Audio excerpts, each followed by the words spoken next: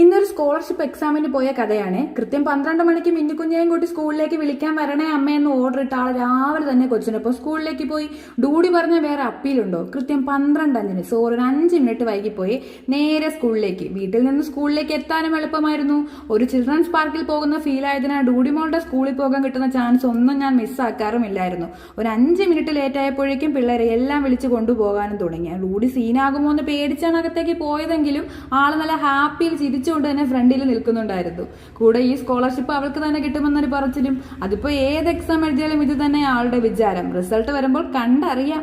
അല്ലെങ്കിലും എക്സാമിന് ഫസ്റ്റ് മേടിക്കുന്നതിനും കാട്ടി നമ്മളുടെ മക്കളുടെ സന്തോഷമല്ലേ നമുക്കൊക്കെ വലുത്.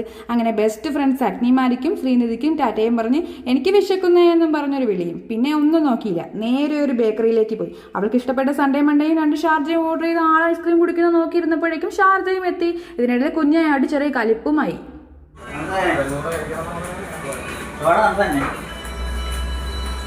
എനിക്കിവിടെ തരോ താടി